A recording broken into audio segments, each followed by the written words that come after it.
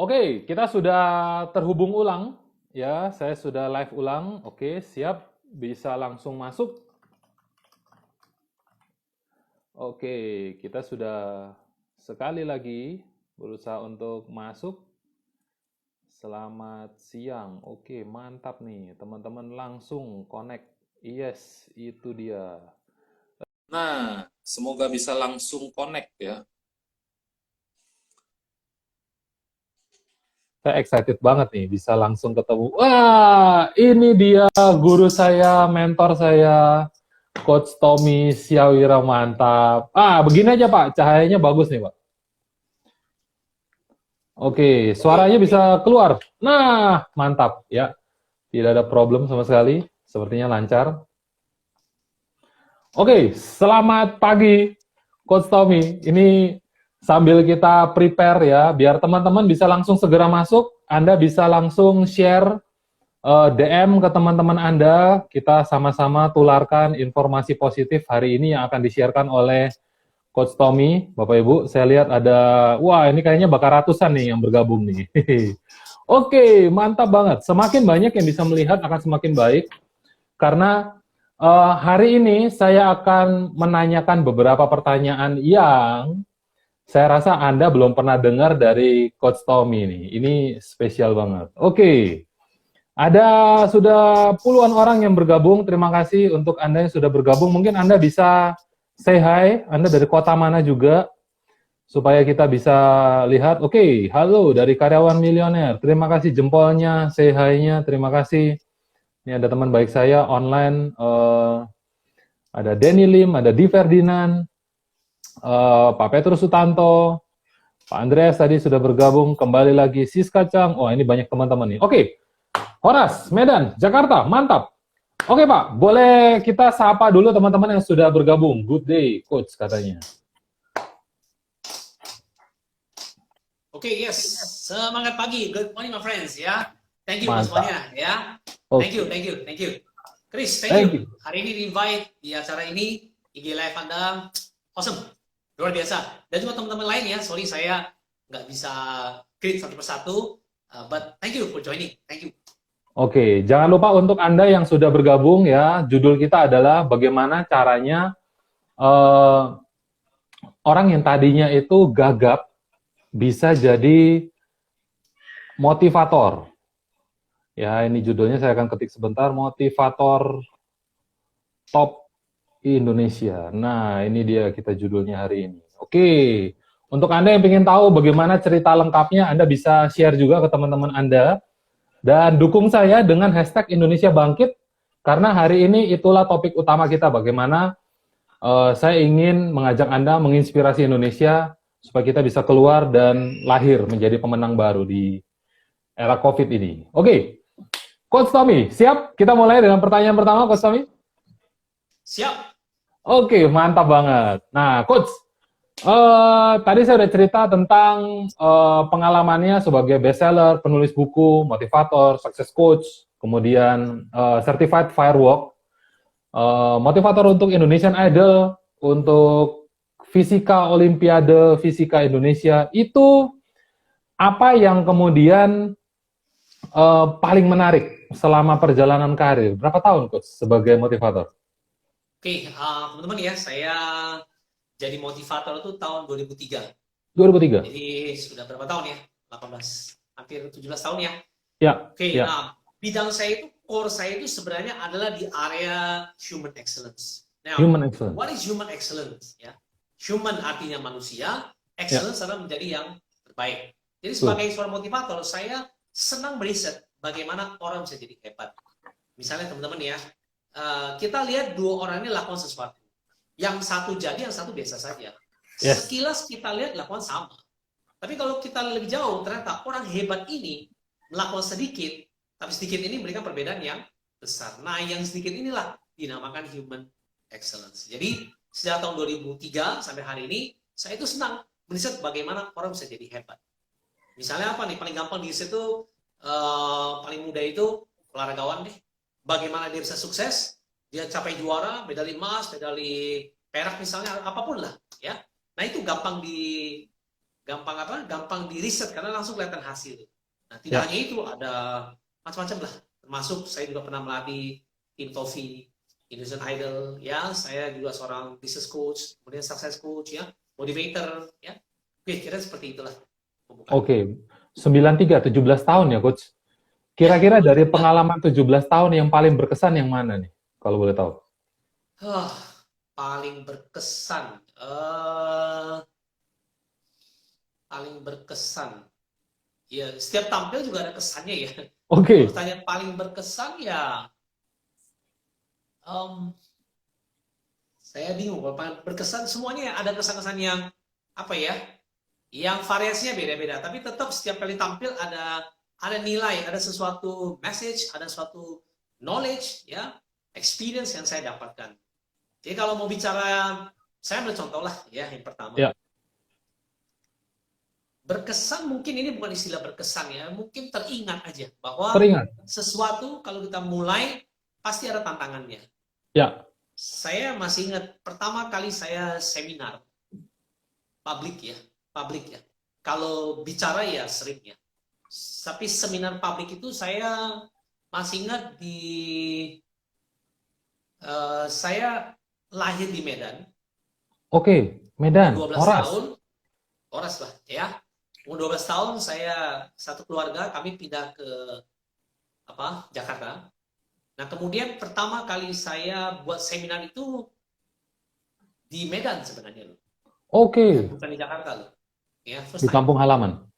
Ya, di 2003 itu Agustus atau September saya bikin. Ya. Nah, kalau tanya berkesan, yang saya ingat, yang paling saya ingat kali itu ya. Jadi, pertama bikin seminar 2-3 jam, kemudian saya bikin seminar lanjut di 2 hari atau 3 hari. Ya, jalan di atas bara api lah kalau saya bikin ya seminar. Oh, oke. Oke, dan itu luar biasa loh itu. Jadi besoknya mau bikin saya tuh sakit loh. Terus gimana tuh? Ya harus lanjut kan. Iya, betul. Serius, ini pertama kita 2 jam, lalu kemudian saya lanjut seminar 2 hari, itu malah saya sakit. Malah sakit, waduh. Sakit meriang gitu loh, batuk-batuk lah. Ya, itu 2 tahun lalu tuh. Nah itu kalau sampai hari saya ingat tuh kejadiannya tuh. Kita mau mulai saja udah kena seperti ini. Kala itu usia saya masih muda loh. Cuma 32 tahun kala itu. 32 tahun, beda tipis sama saya, Pak. Yang waktu itu. Iya, salah. Sekarang juga masih muda, jangan salah. Oke. Ya. Okay. So that time I was tanya bagaimana tuh? Itu benar-benar, wah kalau tanya itu berkesan ya berkesan. Tapi saya paling ingat bahwa setiap orang pasti ada prosesnya. Yes. Even saya pertama kali 2 jam itu biasa. Now, to guide topiknya aja life transformation. Bagaimana mentransform hidup orang. Lah saya sendiri aja sakit. Sakit itu artinya bicara keras dikit aja, aduh, batuk, pusing, sakit tenggorokan. Ya. Gitu. Akhirnya malah pesertanya baik hati. Pesertanya malah apa ya? Bikin minuman hangat buat saya gitu. Itu berkesan. Jadi bukannya saya tampil ini, mereka juga tampil. Ini nih, boleh nggak saya pijitin katanya. Oke. Biar cepat sembuh. Wah, saya rasanya luar biasa sekali. Jadi mereka menerima, padahal saya mau tampil tuh nggak maksimal. Nah itu first time. Jadi kalau tanya berkesan, ya itu berkesan. Berkesan. Saya percaya kalau saya di posisi yang sama pasti udah mules banget itu. Mau tampil 2 hari, sakit lagi. Waduh. Ya 2 jam mah jujur gampang. 2 jam kita tampil 2 jam, makan obat, makan prokol udah selesai. Tapi saya sakit lagi. Nah ini 2 hari kan mau nggak mau ya harus mau berapa kali makan obatnya. Iya. Jadi tetap harus jaga stamina ya. Walaupun dalam kondisi sehat, aman, kita tetap jaga stamina. Oke. Terima kasih untuk sekarang ya teman-teman saya dulu ya. Kita doakan semua wabah ini biar cepat selesai. Amin. Ya. Dan juga buat semua teman-teman yang join hari ini di acara ini, ya kita sama-sama doakan supaya sehat terus ya. Saatnya hari ini harus sehat. Bagaimanapun jaga antibodi Anda ya, perkuat ya, and then harus positif mindset. Nah, itu dia. Kita doakan juga para perawat, para dokter juga dilindungi sama Yang Maha Kuasa ya, biar tetap bisa menjadi pendukung yang luar biasa, front line buat mengobati orang yang terkena infeksi ini. COVID-19 ini. Ya, Ya. kita kalau nggak bisa support APD, nggak bisa support dana, kita support dengan doa, kita support dengan stay at home, ya. Nah, Ya, betul. oke, Coach, saya mau tanya nih. Saya udah siapin beberapa pertanyaan yang super sekali buat Coach Tommy nih hari ini. Thank you. Kita mulai dari yang pertama nih. Tadi kita awali dengan sebuah kisah yang sangat menarik. Saya percaya semua orang pasti bisa mules dan pucat pasi kalau dalam kondisi yang sama ya. Tapi Coach, di usia 32 tahun dan kemudian akhirnya memutuskan untuk menjadi motivator. Dan waktu itu life transformation untuk orang-orang yang datang ke seminar, ya kan? Sebetulnya ada bayangan nggak sih dari kecil untuk jadi motivator itu? Kalau bayangan sih enggak ya, jujur aja enggak sih. Sebenarnya, cuman ya kalau tanya begini, bayangan sih enggak. Cuman saya Ya. seperti yang teman-teman biasa ya. Gitu. Cuma mungkin saya hanya kepikiran selintas ya. Mungkin saya itu senang lihat orang maju. Senang lihat orang maju. Mungkin. Apa Sampai sekarang untungnya juga buat kita, saya, Coach? ah, Apa saya untungnya buat kita? pelatih. Saya pelatih, Hmm, saya senang lihat kalau yang saya bisa latih itu sukses, saya senang. kenapa? Senang Kan harus banyak bedakan orang. dulu. Senang bukan karena saya bangga. Enggak. Ya orang bilang, oh kamu bisa eh, membantu dia, dia berhasil, kamu bangga. Enggak. Tapi saya nggak enak jawab bangganya. Saya bilang iya aja. Pada saat saya nggak bangga. Bangga kepada dia, bukan bangga kepada saya. Enggak. Berbeda. Saya bangganya ke dia loh, karena dia berhasil mengatasi itu.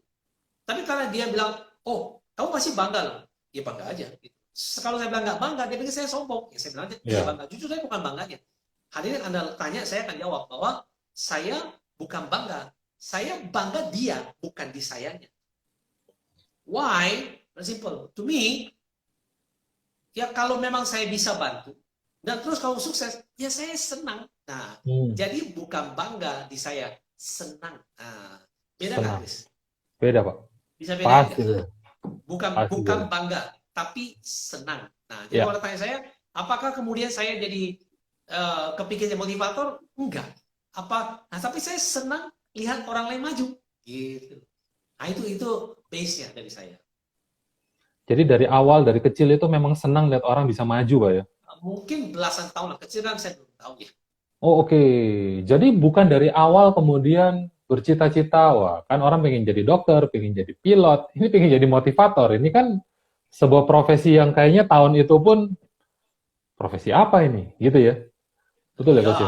Ya, tapi saya nggak tahu kalau itu ya. Saya nggak tahu kalau dulu juga, mungkin dulu bukan tidak ada, mungkin dulu bukan tidak ada.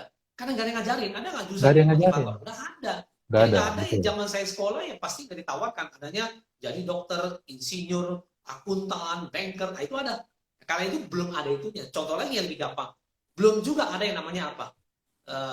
Internet marketer pasti nggak ada kan? Nah, Nggak ada. Nah, misalnya programmer ada tapi sedikit kan? Nah, jadi pasti kan orang nggak akan ngambil. Ya. Oke. Terus Pak, kemudian ketika sudah memilih untuk menjadi motivator, life transformation coach terutama, ya kan? Itu apakah memang dari awal mempunyai kemampuan itu atau itu sebetulnya hasil dari bentukan, Pak? Karena kan sempat dalam satu kesempatan Pak Tommy cerita kepada saya tentang keterbatasan. Susah untuk bicara lancar. Bahkan sampai dulu zaman reuni disebut Tommy apa, Pak? Tommy Gagap. Tommy Gagap. Itu sungguhan, Pak? Sungguhan. Jadi ini kalau hari ini topiknya memang saya jadi motivator. Terus terang ya, waktu saya jadi motivator tahun 2003, saya itu dia menganggap itu sebagai sesuatu yang susah. Maksudnya gini, bukan menganggap itu sebagai sesuatu yang besar. Ya. Tapi setelah saya jadi motivator, karena bilang, ini kamu mesti expose. Saya bilang, ini kan hal biasa, orang gagap punya psikologi kan biasa-biasa aja. Enggak. Kalau kamu jadi biasa, kalau jadi enggak biasa jadi motivator, itu biasa. Tapi kalau kamu gagap, itu luar biasa. Jujur bagi saya, ya ya gimana ya, bukan berarti sombong, ya saya menerimalah kelemahan saya. Karena saya That's good. menerima, ya saya nggak komplain. That's good. Nah, jadi saya nggak komplain orangnya. Ya udah, memang begitu, mau gimana? Jadi bagi saya itu bukan sesuatu yang apa ya, sesuatu yang luar biasa gitu. Maka ini pun terus terang ketika diundang Chris, saya mau bicara. Karena Anda ambil dari sisi yang nggak pernah orang mau bahas. Kenapa, Pak? Itu menarik sekali loh buat saya. Mungkin karena di seminar hanya sekilas saya ngomongin, jadi mereka antara percaya dan tidak percaya. Karena saya melihat begini, banyak orang itu melihat orang kalau mau sukses harus ganteng, harus cantik, harus pintar bicara. Saya bilang bullshit. Itu adalah proses membentuk itu gitu loh. Dan ini tadi saya garis bawahi bagus sekali, bisa menerima kelemahan kita. Saya sebagai motivator, sebagai person, ini kelemahan, ya kenapa? Ya kan kita life goes on. Harus jalan terus hadapi itu. Itu wow, itu gila sih Pak menurut saya. Tapi jangan salah, saya ganteng, jangan salah. Oh yes, ganteng, udah. Make it fun, oke? Soalnya jangan terlalu gini. Iya, betul. Now, saya sih gagap itu, kalau mau cerita gagap itu, kalau hari topiknya gagap, saya cerita lah gagap. Saya itu gagap, jujur saya tuh nggak tahu. Kalau saya pikir gagap saya itu baru belasan tahun. SMP loh. Nggak taunya saya udah gagap sejak umur SD loh. Saya itu nggak sadar loh. Gara-gara apa Pak? Kok bisa? Artinya saya baru, pokoknya kejadian yang saya ingat itu dibully di sekolah itu hanya di SMP, bukan di SD. Padahal di SD saya udah dibully sebenarnya. Tapi bulinya masih kecil-kecil kan, belum terlalu masif lah sebenarnya. Tapi waktu sebenarnya saya sudah gagap gitu. Orang terkenal lah saya. Jadi jujur itu kalau di sekolah itu, kalau mau terkenal itu harus bagus banget atau jelek banget. Yang mana nih sekarang berarti? Nah, saya kebetulan dapat yang jelek banget. Waduh. Jadi ditanya, kamu kenal Tommy nggak? Enggak. Itu loh, yang gagap itu. Wah, itu gua kenal. Kalau gua kenal. Gua kenal. Nah, jadi ceritanya saya ini waktu kecil sudah punya bakat terkenal loh itu. Ini cuma malah positif. Sisi yang lain aja. Iya. So, cuma dari sisi yang lain aja sebenarnya. Ya. Tapi anyway, as a joke. But hari ini punya kelemahan banyak. Tapi saya tidak melihatnya sebagai kelemahan yang apa ya? Yang harus saya ratapi gitu. Enggak gitu. Bagaimana solusinya? Saya tahu kelemahan saya SMP. Ya. Sampai saya ingat di SMA loh. Saya tuh gagap sampai umur 19 tahun loh. Itu panjang loh gagapnya. 19 tahun? Dari kelas 2 SD saya udah gagap. Itu pun saya baru tahu belakangan. Setelah teman sekolah saya di SD, dia beritahu. Saya pikir si SMP saja saya baru mulai. Nggak tahu dia bilang SD. Lu udah gagap loh gitu. Jadi lu nggak tahu kalau lu dulu gagap? Enggak tuh. Saya hanya tahu kalau saya SMP itu saya gagap. Ke atas. Nah, kemudian bagaimana menghilangkan itu kan ya. Umur 19 tahun baru saya lewati bahwa aku udah tahu gitu. Dan itu ya apalagi kalau sekarang gagap jadi motivator kan, ya bedalah gitu. Apa yang dilakukan untuk ngatasin gagap itu, Pak? Ini kan kelemahan besar ya, dan kita semua punya kelemahan itu. Mungkin kita bisa belajar langsung dari Pak Tommy. Saya waktu itu aja ya, SMA. Itu sampai guru nih ngomong nih. Saya di SMA itu saya paling takut. Kalau dulu kan kita banyak kan belajarnya kan semua apa namanya? Kalau dulu ya, cara pengajaran dulu kan gurunya buka buku baca gitu loh. Nah, saya paling takut itu tuh pelajaran membaca. Baca. Iya, saya paling takut tuh kalau membaca mati lah gue lah. Tommy baca, habis lah. Udah. Habis. Udah tuh satu kalimat bisa 5 menit loh. Sampai akhirnya gurunya bilang apa? Udahlah, berhenti aja lah. Udah SMA baca saja nggak tahu. Dia lantang lagi ngomong, cep saya begini loh. Saya diam aja. Memang mau dibilang, salah nggak dia? Nggak salah. Kenapa? Memang gue nggak bisa baca. Saya kesel nggak sama guru itu? Enggak. Ya cuman malu aja, pemalukan di situ. Tapi karena teman-teman sudah tahu memang saya nggak bisa baca, mereka juga akhirnya maafkan juga gitu, memaklumi gitu. Jadi saya bersyukur juga punya teman satu lagi yang ledek, tapi dia juga memaklumi juga gitu. Tapi dia kasihan juga sih. Udah SMA aja baca saja nggak tahu. Dan that's my problem. Even di SD, saya baru tahu belakangan. Teman saya satu bangku, dia bilang, kamu nggak tahu ya kalau kamu gagap? Saya tahu sih, saya tahunya untuk SMA, SMP. Enggak, SD gua udah jadi korban. Kenapa? Dulu di Medan itu pernah, kalau saya nggak bisa baca, gurunya lempar apa tuh? Lempar apel, lempar penggaris lah, lempar penghapus lah. Dan dia duduk sebelah saya. Dan dia selalu jadi korban. Dia Kalau saya nggak bisa baca, saya udah tahu nih, ini habis ini pasti papus melayang nih. Udah, melayang. langsung skip aja, dia yang kena. Dia kan nggak tahu kapan saya akan bisa baca apa enggak. Habis dia bilang. Makanya saya selalu ingat kejadian itu. Bagaimana gue nggak ingat, gue selalu jadi korban. Lu mah tinggal ngeleng aja. Saya kena. Kan gue udah tahu kapan gue bisa baca. Ini habis ini pasti penggaris lewat nih habis ini. Habis ini pasti kamus lewat nih. Oh, udah bener. Wah, ini apa tuh? Dulu pakai kapur. Wah, Ya, ini teman-teman di sini juga pasti sering kena kapur juga nih kayaknya nih. Yang pernah kena kapur mungkin bisa absen nih. Ya. Termasuk saya, Pak. Kita mikir fun aja ya, bahwa make it fun, sesuatu yang saya mau sampaikan, saya nggak mengeluh lah kondisi kayak gini. Tahu Jangan lah pernah mengeluh. masalahnya. Cuma saya pikir, kalau saya gini mau bagaimana gitu ke depan. Terima dan kemudian cari solusinya dengan cara seperti apa. Ya. Tahu sih saya, bahwa juga nggak komplain. Oh ya, saya gini. Tahu gitu loh. But I don't complain. Ya sudah gitu loh. Ada nggak kecewa? Ya ada aja. Gitu. Saya kecewa bukan kecewa ini. Ini kalau gini terus bagaimana ya? Gitu. Dan ketika orang-orang dimotivasi ngelihat Pak Tommy gagap itu, mereka nggak merasa bahwa, yang bicara aja gagap, akan gue dengerin. Itu nggak, Pak? Oh nggak. Dia kan lihat saya udah jadi. Lihat sudah jadi. Dia kan belum lihat saya waktu hancurnya kan. Dan kalau seumpama dibalik posisinya, Pak Tommy harus bisa memotivasi mereka dalam kondisi kita lagi hancur nih. Karena kan teman-teman di sini, kita tidak semua sudah dalam posisi berhasil. Kalau kita dalam posisi baru mulai, kita baru mau naik, bagaimana cara positioning, Pak? Karena untuk transform ke sana kan kita, apa yang bisa kita prepare nih, kalau seumpama saran dari Pak Tommy? Oke, bisa lebih spesifik lagi nggak kira-kira? Oke, jadi kalau seumpama nih, kita kan mau naik ke atas, kita mau sukses, tapi kemudian kita punya banyak kelemahan. Pak Tommy tadi gagap, tapi untungnya punya kelebihan ganteng misalnya. Bisa menerima kondisi tersebut, bisa tidak komplain dengan hal-hal tersebut.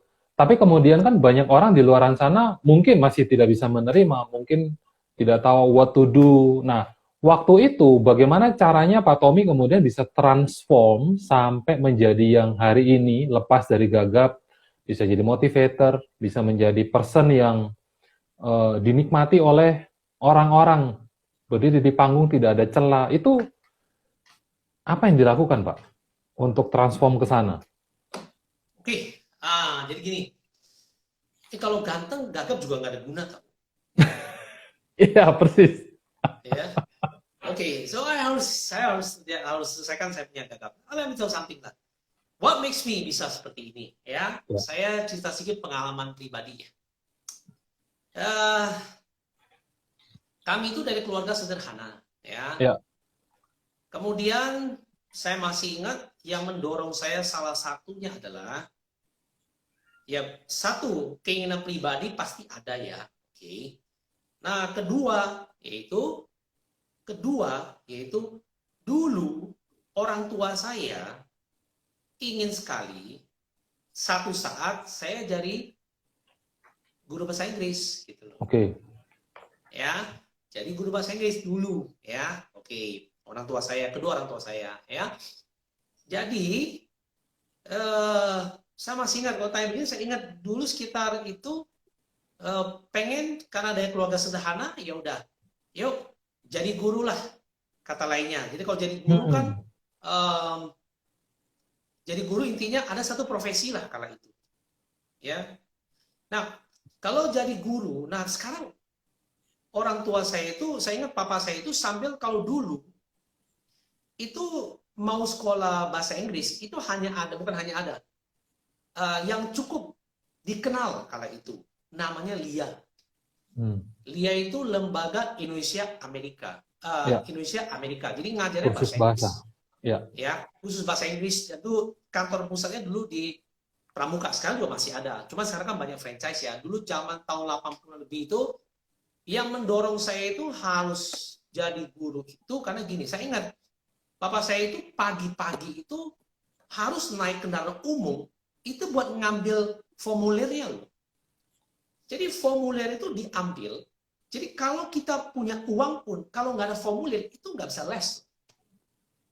Nah, karena satu-satunya pilihan pada hari itu adalah menjadi guru, kata lainnya minimal hiduplah kalau bisa ngajar. Sesimpel itu. Nah, saya ingat kalau nggak salah pagi-pagi udah ambil formulirnya. Ya, papa saya pergi ambil. Ya, itu pakai, saya masih naik metro mini pagi-pagi. Itu buat ngantri aja ambil. Nah, ngantri itu kalau dapat, ya dapatlah gitu. So, that's my point. Jadi, kalau saya pikir orang tua saya sudah melakukan hal seperti ini, kalau saya nggak jadi, gimana ya gitu. That's satu motivasi dulu. Iya, Okay? iya, iya. Selain saya membayangkan kalau saya begini terus mau jadi apa nih? So that's motivation. Sesederhana itu saya ambil harus jadi. Ya. Apalagi bapak saya ingin sekali kalau nanti besar saya jadi seorang guru bahasa Inggris. Bagaimana mungkin membaca saja aku susah. Astaga. How can I do it? But really, ini buat saya harus jadi sebuah breakthrough. Mungkin bagi teman-teman bisa itu kan biasa, ya mungkin itu biasa gitu sebenarnya. Itu biasa aja gitu. So that's motivations that inspire me. Awalnya bagaimana menghilangkan gagap itu. Karena saya bayangkan kalau gini terus, mau sampai kapan gitu loh. Oh ada satu celah, jadi guru, oke? Didukung orang tua, ya baguslah, jalilah, masuklah. Nah di situ akhirnya saya melakukannya. Dan apakah saya masuk langsung dapat begini? Enggak juga gitu. Tantangan juga banyak. Saya betul-betul push diri saya supaya bisa sampai jadi seperti hari ini. Tadi bicara tentang push, Pak. Biar teman-teman mendapatkan gambaran inspirasinya. Apa yang Bapak lakukan ketika memaksa diri tadi untuk bisa, contoh yang Bapak lakukan untuk kemudian bisa push tadi? What you did? Oh, yang saya lakukan, latihan di kaca lah, hafal lah. Tapi ini saya buka kartu buat Anda ya. Dari pengalaman saya, pengamatan, ternyata orang yang gagap itu dari saya. Tapi saya yakin juga lain sama juga mungkin ya. Dari saya pribadi. Gagap itu ada dua alasan penyebab. Satu, orang ini biasanya tidak percaya diri. Tidak pede. Iya. Ya. Dan ini yang kedua sih ya, hampir mirip lah. Pertama hampir mirip lah. Jadi sebenarnya lebih mungkin satu lah menurut saya. Ya. Jadi yang kedua pemalu. Nah, jadi ada dua ini di saya. Nah, saya kalau Anda lihat jadi motivator kan dua dunia berbeda kan kira-kira ya. So that's what I observe. Ya. Terus kemudian ketika PD itu muncul, hilang gagapnya, Pak? Atau ada hal lain yang men-trigger? Nah, dari dua itu sudah buat saya udah motivasi yang kuat untuk saya bisa atasi. Karena saya bayangkan dong, maunya capai apa. Dan somehow dia hilang begitu aja? Oh enggak lah, by proses lah. Berapa lama? Sampai sekarang masih ada lah, 10% masih ada. Sungguhan, Pak? Masih gagap? Masih. Cuman saya udah pintar memanipulasi, jadi gue nggak tahu. Oke, nah ini menarik nih. Jadi trial and error, dan kemudian kita mencari tahu bagaimana cara mengatasi ini ya. Saya garis bawahi sedikit tadi, menarik sekali Pak. Bagaimana cara bisa keluar dari gagap? Mungkin teman-teman nggak nangkep nih, ada beberapa benang merah yang miss. Tapi poinnya di sini, untuk bisa keluar dari problem tersebut ya. Hal pertama yang tadi saya garis bawahi adalah internal motivasinya harus kuat. Harus sangat kuat. Kalau saya posisikan diri di posisi Pak Tommy waktu itu, melihat papa saya harus pagi-pagi naik metro mini, ambil form, waduh itu pengen nangis bener. Papa saya masih hidup hari ini. Dan orangnya sangat-sangat kerja keras. Jam 4 pagi bangun, jam 7, jam 8 malam udah ngantuk, nanti tengah malam dia bisa bangun lagi, lanjut kerja lagi, tengah malam, gila nggak? Jadi, kalau sampai di saat itu kita nggak ada motivasi dari dalam diri yang cukup kuat untuk merubah diri, menghilangkan gagap karena orang tua pengen kita jadi guru bahasa Inggris ya Pak, tadi ya. Itu kalau saya bilang, itu sangat memotivasi kita untuk bisa fight. Dan kalau perihal teknis apa yang dilakukan cuma ngomong di depan kaca, menghafal, berusaha untuk mengingat, oh kata-kata ini saya mandek, itu diakalin lah. Kita kan punya akal budi ya. Tony Robbins bilang satu-satunya yang kita tidak punya hari ini itu adalah kreativitas untuk memaksa diri mendapatkan solusi-solusi tertentu. Itu bagus banget. Jadi kalau teman-teman masih tanya apa yang dilakukan untuk kemudian keluar dari ini, internal motivasinya harus kuat. Itu yang saya tangkap dari Pak Tommy. Betul gitu Pak ya? Yes. Terus kemudian harus punya pemikiran untuk bisa breakthrough. Ya, breakthrough itu artinya adalah saya mau mencapai titik apa. Bagi kita orang yang melihat mau dari gagap menjadi tidak gagap, itu simple sekali. Tetapi kan ini perjalanan 1000 mil. Ya kan? Satu langkah demi satu langkah, dan bagaimana caranya bisa sampai ke situ. Saya merasa kenapa kemudian muncul pekerjaan motivator adalah untuk mensupport Anda. Ya kan? Mensupport Anda untuk bisa sampai di level tersebut. Jadi, saya hari ini berterima kasih sekali kalau Pak Tommy memilih menjadi motivator, dan hari ini saya percaya banyak sekali orang-orang sudah berterima kasih pada Pak Tommy karena merubah hidup mereka, terutama lewat kisah-kisah seperti ini, Pak. Oke, Pak, ini ada yang titip pertanyaan nih, terkait dengan agency insurance. Wah, ini kayaknya karena sering berkaitan dengan agency insurance ya. Pak, ini kalau saya hubungkan pertanyaannya, dia tanya seperti ini, bagaimana cara memotivasi agen-agen baru agar di tengah jalan tidak lupa dengan impiannya? Ya kan? Ini kan sama ibarat dengan kayak misalnya Pak Tommy, udah bertahun-tahun saya berusaha menghilangkan gagap, nggak hilang-hilang. Apa yang dilakukan untuk supaya kita stick to the plan? Supaya kita bisa tetap melihat crystal clear ke tujuan. Bagaimana caranya supaya tetap itu nancep di kepala, Pak? Supaya kita nggak belok tuh arahnya. Ya, kalau saya kan mungkin ya saya lebih beruntung kali ini. Karena dapat jadi gagap itu mungkin beruntung lah untuk aspek motivasinya. Karena saya bayangkan kalau gitu terus mau jadi apa gitu ya. Bagaimana kita mau ngomong juga susah, mau ini juga susah gitu ya. Saya membayangkan, saya memvisualisasi bahwa kalau gini-gini terus gimana ya gitu loh. Nah, bagaimana saya memakai kelemahan saya ini, saya ubah jadi sebuah kekuatan. Nah, tentu saja saya gabungkan dengan dream saya seperti apa. Ya, nah kalau hari itu pilihannya jadi guru, ya mau nggak mau harus jadi guru. Dan saya perjalanan ini, saya show-nya kan ini ya, tidak pada detailnya, tapi memang tujuannya kita ambil esensinya. Ya. Itu jadi guru pun saya tantangannya banyak. Dan sempat jadi guru, Pak? Iya, saya ketika mau jadi guru pun mau digagalin sama guru juga lah, ada loh kayak begitu. Oke. Serius. Let me tell something, I nggak mau sebut aja, tapi digagalin juga. Tapi itu kan per orang ya, bukan per institusi kan gitu. Jadi itu tidak melalui institusi, tapi ada juga yang nggak mau berusaha memfailkan saya kelasnya supaya saya nggak jadi guru. Tapi saya terus terang saya bilang oke, fine, you fail me hari ini nggak apa-apa. Padahal fail itu menurut saya nggak harus fail. Tapi entah kenapa dia tidak mau saya jadi. And that teacher fail me. Dia sengaja menggagalkan saya. Saya nggak tahu alasan sentimen apa, nggak tahu. Tapi dia fail me. But what can I say? It's okay. Gua tunggu lagi 4 bulan. Padahal udah setengah mati mau jadi guru. Fine. Yeah. Next, in the 4 months, I'll be sitting at the same table as you. Oke. 4 bulan lagi, gue akan duduk di meja yang sama, meja guru. Sampainya saya jadi guru, dia ketemu saya, dia kabur, menghindar. Merasa bersalah?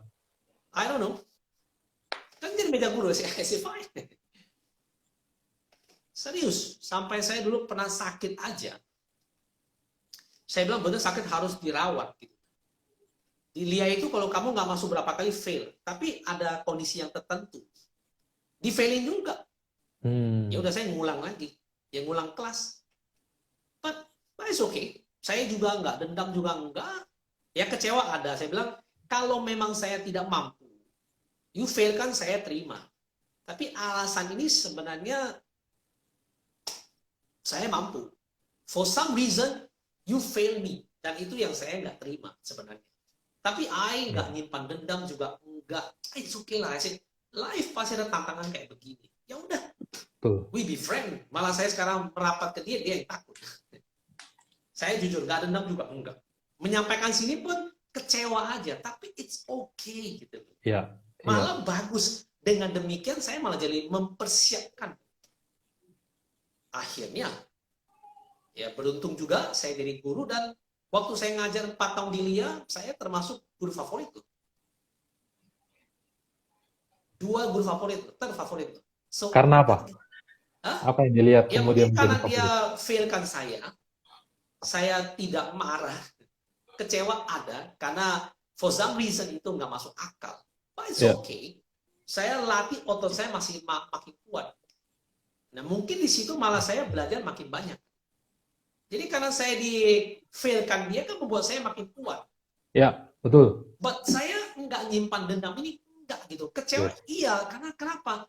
Ini tidak masuk akal, you failin saya gitu. Bukan saya nggak bisa, karena something out of my control, yang saya sakit harus seminggu 2 minggu, but saya lupa. Dan itu you fail me itu tidak fair menurut saya. Saya kecewanya atas fakta itu, bukan tindakan itu. Give me a good reason dong, you fail me. Ya, betul. Nggak bisa dia. Pokoknya sampai saya masih ingat satu guru dia ngambil formnya. You harus berhenti, you harus ngulang kelas. Karena based on regulation, lu nggak boleh maju lagi. Sampai begitu. Fine, I said. Oh, that's how you play. Okay, I'll play your game. Sekolah lagi 4 bulan. I will not quit. Oh, masih ingat saya. But I'm telling you, mungkin dari situ saya lebih mempersiapkan diri nggak? Iya, pasti. Ya ada kecewa. Ya manusiawi lah. Manusiawi, sangat manusiawi. Ya, rocker juga manusia. Betul. Motivator juga manusia. Ya, dan kita manusia, betul. Anyway, ini pesan saya sampaikan ke teman-teman bahwa, masalah yang ada itu sebenarnya buat kita makin kuat, ya, bukan buat kita makin lemah, ya. Kecewa itu biasa, oke? Kesal itu biasa, tapi jangan disimpan sampai berlama-lama, dan itu yang tidak baik gitu. Ya, anggap saja tantangan ada, mungkin kita terima, kayak saya dapat di-failkan guru ini, ya juga hari itu aja saya kecewa karena tidak strong reason.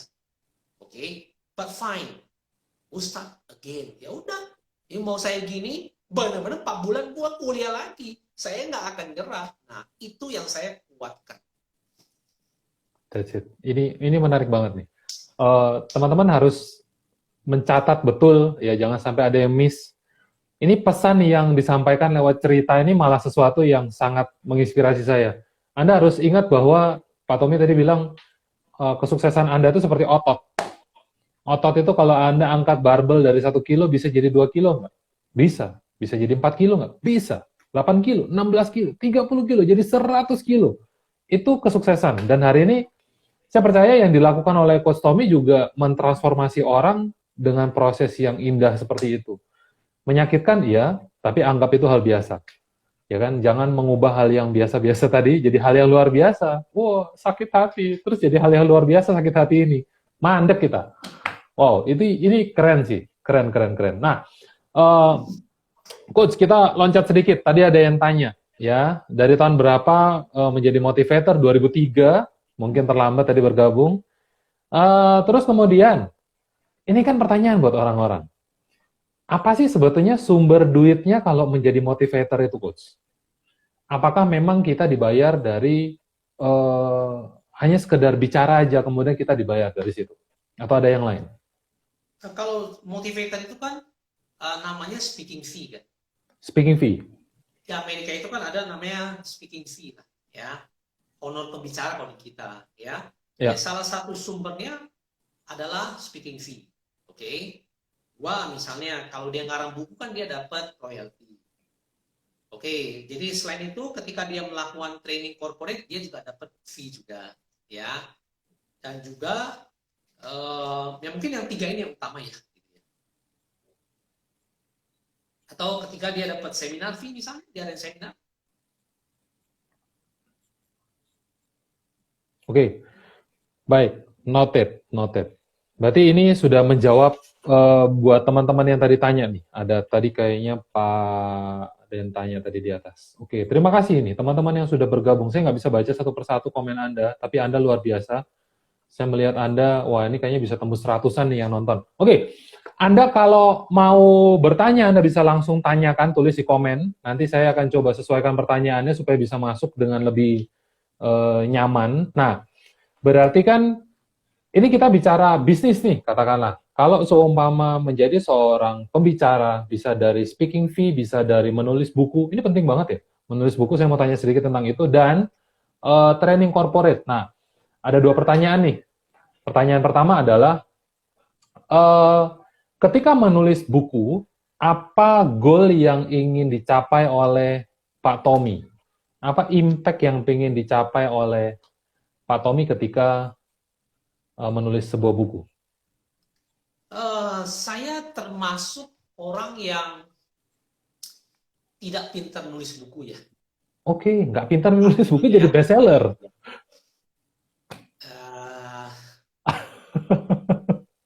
Bestseller bukan best writer loh. Nah, That's the difference. ini You're dia. right, bestseller iya. Tapi bukan best writer ya, oke?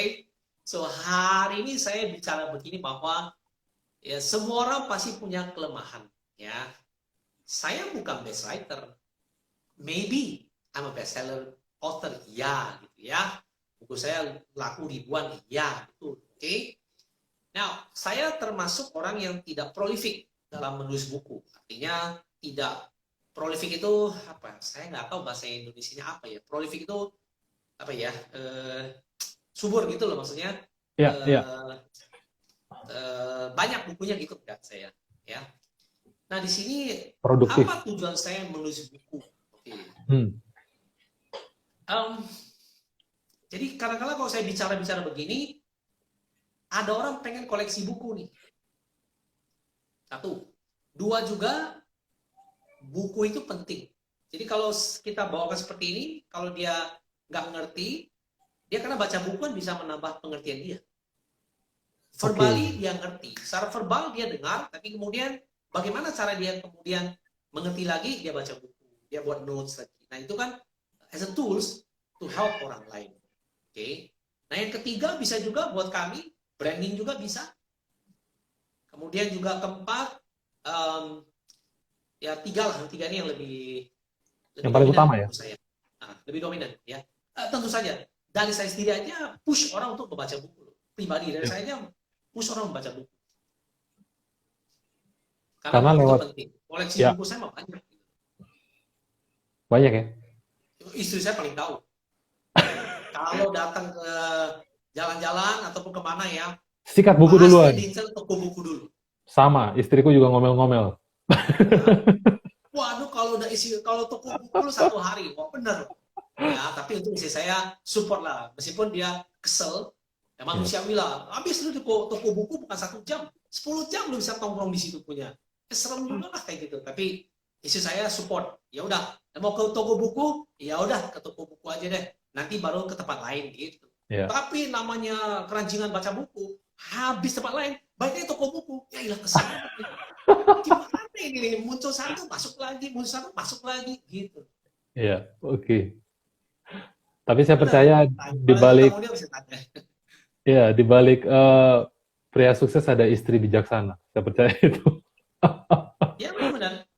Support, cuman ya gitu. Tapi dia bilang, tolonglah lu jangan baca buku terus. Bukan jangan baca buku. Ya, rasanya lu mau kebanyakan ya. Iya.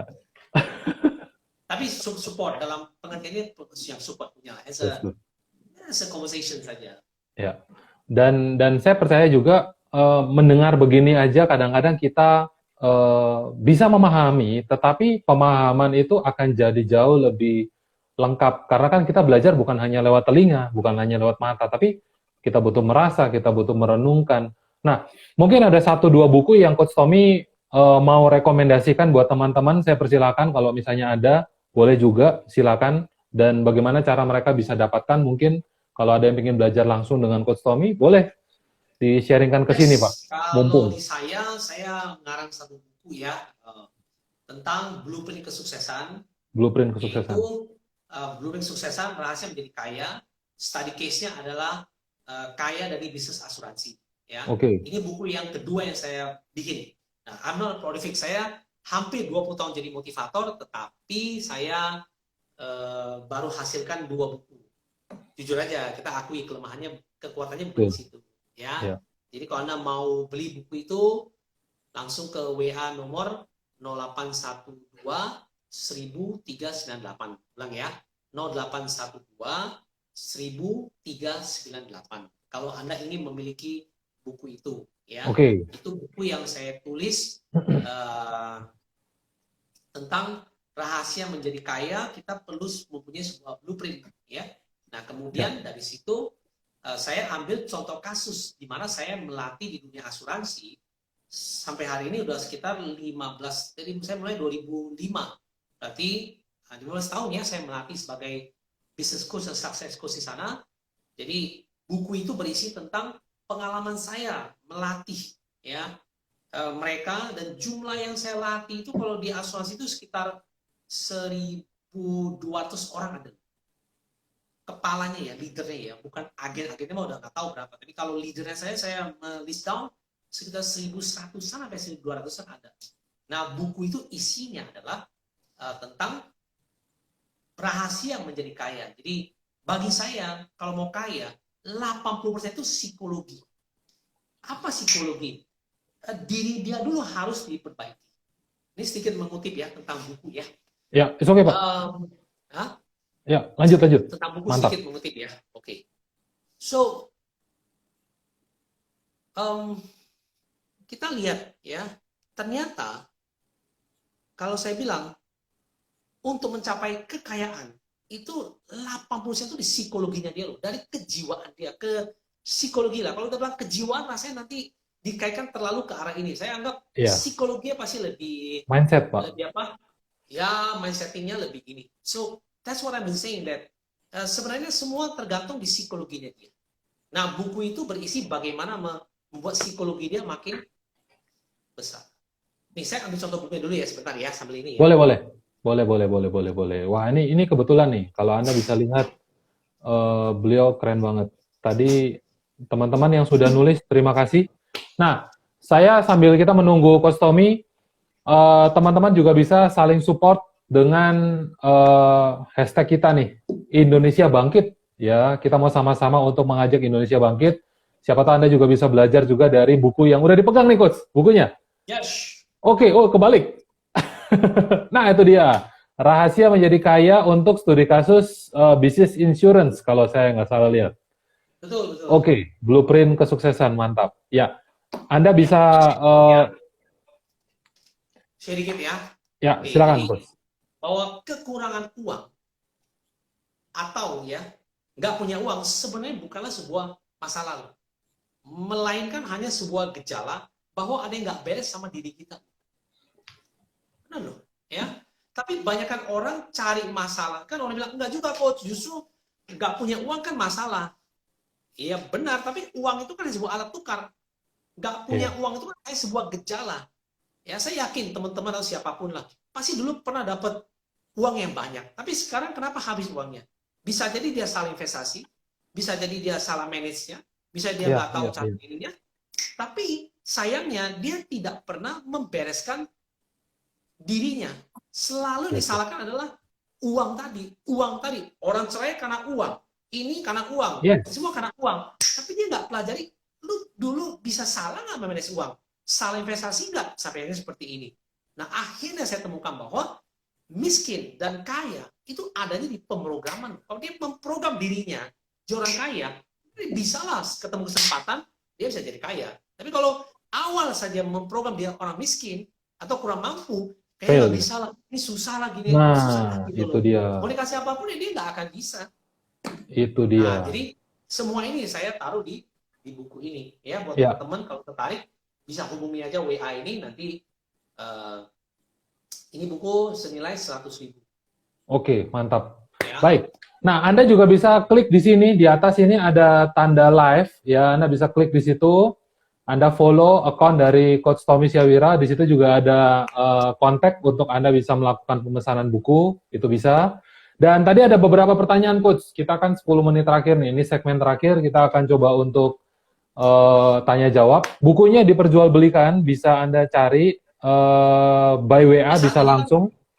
WA aja langsung kan work from home ya. Jadi langsung WA aja, karena kita nggak bisa keluar ya. Jadi saat ini kita by iya. WA aja. Tadi ada yang tanya, Coach, untuk kita pertama kali mulai menjadi motivator atau bisnis jasa nih misalnya ya, bagaimana cara menentukan fee? Itu kira-kira ada adjust itu dari apa pertimbangannya, Coach? Oke, satu ada market price ya. Dia tahu market price ya. Oke, Tapi market sebenarnya price. kalau jasa seperti ini yang paling bisa menemukan bisa menentukan adalah ke orang itu sendiri.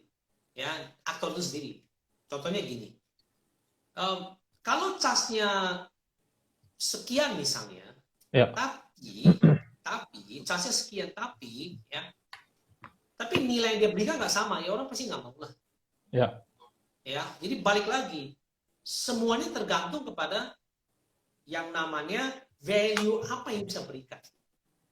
Nilainya nanti nominalnya dia akan menyamakan dengan value yang tadi.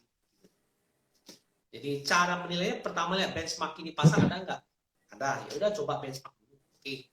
Tapi biasa baru-baru kan susah. Oke, kita besarkan value. Saya bisa kasih ini benefitnya apa buat mereka. Nah, benefitnya ada, ya udah dia akan ambil. yes. Oke. Nah, terus kalau untuk Coach Tommy, setiap kali mengadakan seminar atau pelatihan, apa standar sukses keberhasilan sebuah perform dari Coach Tommy yang biasanya harus sekian nih, harus sekian, harus mencapai ini nih. Itu ada nggak? Uh, ada nggak? Ada, tapi ini mungkin subjektif ya. Di saya Oke. mungkin saya susah cari gambar objektif, artinya harus ada angkanya. Ya, tapi teman-teman dengar ini sebagai subjektivitas saja ya. Ya, it could be might match you or might not match you. Ya, bisa sama dengan Anda atau bisa juga nggak Atau sama. bisa nggak? Kalau dari saya, karena saya sudah 15 tahun atau 17 tahun, jadi kadang-kadang tampil aja saya udah punya feel. I can feel the crowd gitu loh. Tapi saya nggak tahu kalau yang baru-baru bisa memfeel apa enggak. Ya. Kalau saya tampil, saya udah feel the crowd. Ini I will make it or not bisa ketahuan. Sudah punya feelingnya saya. Nah itu kan baik lagi kan subjektivitas. Nah jadi agak susah saya paparkan. Paling-paling kalau saya lihat mereka satu misalnya ekspektasi saya mereka engage, partisipasinya banyak. Nah itu juga bisa jadi Interaksinya sebuah banyak. patokan. Oke. Atau yang kedua, saya tahu nih dari saya bikin acara, mereka semua catat, mereka fokus. Nah, berarti kan satu tanda kesuksesan lagi gitu loh. Ya. Terutama di saya, karena saya memfokuskan pada mindsetting dan harus diterima atau diakui bahwa mindsetting itu sejujurnya itu tidak langsung kelihatan. Ini nggak bisa yang namanya langsung jadi, nggak bisa. Dia harus by proses. Setelah dia mengerti, lama-lama dia memahami, oke, dan lama-lama ketemu lagi, oh udah berubah dia. Nah itu biasanya begini. Tapi maka dari itu susah cari tahu ini sukses apa enggak, karena kan by proses. Ya. Sekarang saya udah mulai merubah mindsetnya dia. Jadi dia pulang, dia mulai ketemu masalah, dia bisa lebih baik, bisa lebih happy. Nah itu sukses. Tapi untuk cari tahu gitu kan nggak ketemu lagi dia. Betul. Nah Sayangnya kadang-kadang kita orang menganggap bahwa kalau saya ikut motivasi harus langsung termotivasi. Ya iya betul, tapi ingat hasilnya kan nanti lihat dari perubahan hidupnya dia. yes. Oke, nggak bisa juga mengatakan bahwa motivator ini pasti jadi, saya bantu pasti jadi. Balik lagi, sehebat-hebat Anthony Robbins pun, kalau orang yang mau berubah, ya nggak bisa berubah lah. Gitu. Namun motivator dia akan memberikan caranya mempermudah perubahan itu. Ya. Nah, balik lagi yang saya tekankan, Orang bilang saya ikut sekali, terus langsung mau mengharapnya berhasil. Bisa iya, bisa enggak. Berhasil iya kalau memang orang itu udah melakukan banyak hal. Ya. Ibarat tendangan terakhir. Tapi kalau dia belum, nggak bisa. Dia kan butuh proses. Bukan berarti motivasi itu gagal, enggak juga. Ya. Ya, ini buat memahami teman-teman bahwa kenapa saya bawakan seperti ini, kenapa saya push Anda baca buku, nggak langsung baca buku langsung sukses, nggak bisa gitu loh. Harus baca buku berkali-kali. Sama kayak kita ke gym, nggak mungkin satu hari latihan gym langsung ototnya gede, nggak mungkin. Adirai, Harus tidak mungkin. Nah, ini samalah bagi teman-teman yang berjuang di lini bisnis apapun, will be the same. Nggak ada, misalnya agen asuransi, nggak ada langsung bisa belajar sekali langsung bisa. Ya nggak ada lah gitu loh. Ya, harus apa? By practice, latihan, gagal, latihan, baik lagi, jadi jago dia sama persis. Dan setiap buku kesuksesan itu rata-rata mengatakan hal yang sama. Jadi memang tidak ada jalan pintas untuk Anda bisa mencapai hal tersebut. Anda harus stick to the process, taat dengan proses, menikmati proses tersebut, dan punya mindset winning ya. Dari awal sudah mindset winning. Oke. Tadi ada pertanyaan terakhir nih, kayaknya kita nggak bisa tampung pertanyaan lagi. Coach, apa tantangan terbesar ketika menjadi motivator? Tantangan terbesar. Ini pertanyaan agak melebar sebenarnya, agak broaden sebenarnya ya. Tantangan pasti setiap orang beda-beda ya. Gini, bedanya gini. Setiap motivator, baik dia mulai tahun berapa, pasti tantangannya beda-beda. Oke. Motivator baru pasti tantangannya beda. Oke, bagaimana dia bisa menguatkan otot meyakini orangnya. Ya. Nah, kemudian tantangan yang motivator senior pasti beda lagi, kan? Crowds-nya beda, ekspektasi audiens ke dia juga beda. Jadi tantangan terbesar bagi saya motivator, saya yakin jawaban saya pun tidak akan mewakili semua teman-teman motivator, karena crowds yang berbeda, tingkatannya berbeda, ya. Ekspektasi kami juga berbeda. Misalnya kalau saya tantangannya nih, saya mau bikin acara ribuan orang, mungkin tantangan terbesar. Saya mau bikin, buat saya, mau bikin 5.000 orang, itu tantangan terbesar buat saya. Kalau 5.000 orang cuma 2 jam, itu gampang. Tapi kalau saya bayangkan 2-3 hari kayak skala Tony Robbins, nah itu kan tantangan itu buat saya kan. Nah jadi ini agak susah dijawab sebenarnya. Karena setiap level motivator itu berbeda-beda tantangannya. Karena senioritas itu berpengaruh di sini.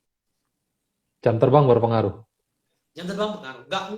Nggak fair juga kalau saya langsung bandingkan yang baru muncul tuh dengan yang saya atau yang sudah lama. Ini nggak fair lah gitu. Tantangannya pasti beda di sana. Jangan pernah membandingkan diri Anda dengan yang sudah jadi. Cari komparasi yang setara, dilihat sama-sama problemnya seperti apa. Nah, itu yang kita fight. Jadi, fight dengan apa yang kita hadapi saat ini. Jangan cari masalah baru. Iya. Ya kan? Oke. Ada terakhir mungkin closing statement dari Coach Tommy. Boleh buat teman-teman, Coach. Bebas, bisa apa aja. Sederhana lah. Tadi kan udah banyak saya sharing ya. Udah 1 jam ya. Sangat banyak. Teman-teman sebenarnya baik lagi saya sendiri sampai hari pun melihat motivator ya untuk saya ya untuk saya ya hanya sebuah profesi aja. Tidak lebih karena bisa bantu orang kita lebih baik, kami dari saya nggak merasa demikian. Ya seperti biasa saja.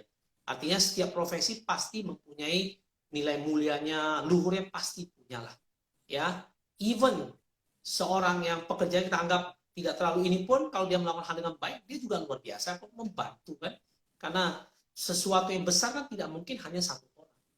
Ya. Misalnya orang bisa dia sebagai room boy, misalnya dia membersihkan ruangan untuk seminar, dia juga punya andil yang bagus kok. Kebetulan saja fokusnya di sana. Jadi di sini saya mau garis bawahi bahwa di saya sendiri pun bahwa setiap profesi itu pasti punya sesuatu nilai yang luar biasa. Selama dikerjakan dengan sesuatu yang dengan passion yang luar biasa. Jadi whatever, saya bisa mengatasi gagap saya karena saya punya impian yang besar bahwa mau selesai dari masalah ini. Nah, harapan saya buat semuanya juga sama, terutama di saat-saat ini, teman-teman sekalian, remember ya, harus pegang erat impian Anda. Di saat begini, you have to be stronghold ya. Banyak kondisi yang tidak menentu seperti ini, you have to really pegang teguh. Ya, pegang teguh karena apa? Karena hanya impian ini bisa buat Anda makin bersemangat. Kalau karena dunia banyak dengar yang cerita yang nggak bagus, kejadian ini pasti down lah. So one way, get back to your dream, ya. Mindset good, positive mindset mind. bagus, That's and it. Luar ingat biasa. seperti yang tadi Chris sudah sampaikan, sukses selalu ada prosesnya. Ya, oke. Cocok. Thank you. Mantap, luar biasa. Bye-bye.